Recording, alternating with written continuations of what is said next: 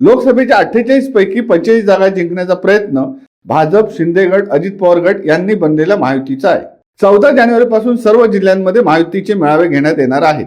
45हून अधिक जागा आम्ही जिंकू अशी आमची तयारी आहे. मोदींच्या नेतृत्वात आम्हाला यश मिळेल असा विश्वास भाजप प्रदेशाध्यक्ष चंद्रशेखर बावनकुळे यांनी व्यक्त केलाय. 3 जानेवारी रोजी मुंबईत तिन्ही पक्षाच्या प्रमुख नेत्यांच्या उपस्थितीत महायुतीची संयुक्त पत्रकार परिषद आयोजित करण्यात आली होती.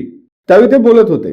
दरम्यान बेकारी, बेरोजगारी, महागाई, ईव्हीएम, खाजगीकरण, पेट्रोल डिझेलचे वाढते दर, स्वयंपाकघरातील गॅस सिलेंडरच्या वाढत्या किमती आणि त्याची खाल्लेली सबसिडी, भ्रष्टाचार, कोरोना काळातील हिशोब न दिलेला पीएम केअर फंड, जातीय धार्मिक वाद, मॉब लिचिंग, महाराष्ट्रातील महाविकास आघाडी सरकारची पाडापाडी, शिवसेना राष्ट्रवादी पक्ष फोडणे आदी कृत्य करणाऱ्यांना मत कोण देणार?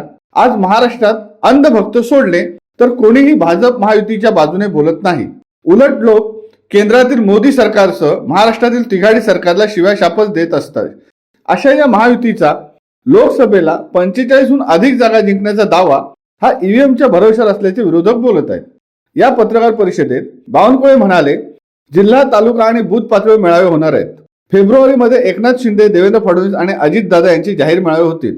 घटक पक्षाचे नेते देखील या मेळाव्याला हजर असतील. मोदीजींच्या नेतृत्वात राज्यात महायुतीला एक मोठे यश मिळेल. आमच्या तीनही पक्षांनी महायुती मजबूत करण्याचा निर्णय घेतलाय. राष्ट्रवादी काँग्रेसचे प्रदेशाध्यक्ष सुनील तटकरे म्हणाले, गेले 10 वर्ष देशाचे नेतृत्व यशस्वीपणे नरेंद्र मोदी यांनी केले आहे.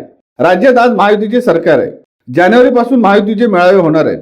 शिंदे गट, शिवसेना नेते आणि मंत्री दादा भुसे म्हणाले, अनेक चांगले निर्णय देश पातळीवर झालेले आहेत. विभाग पातळीवर, गाव पातळीवर महायुतीचे सर्व मेळावे आपण आयोजित करत आहोत. शिवसत्ता टाइम्स न्यूज ब्युरो, मुंबई.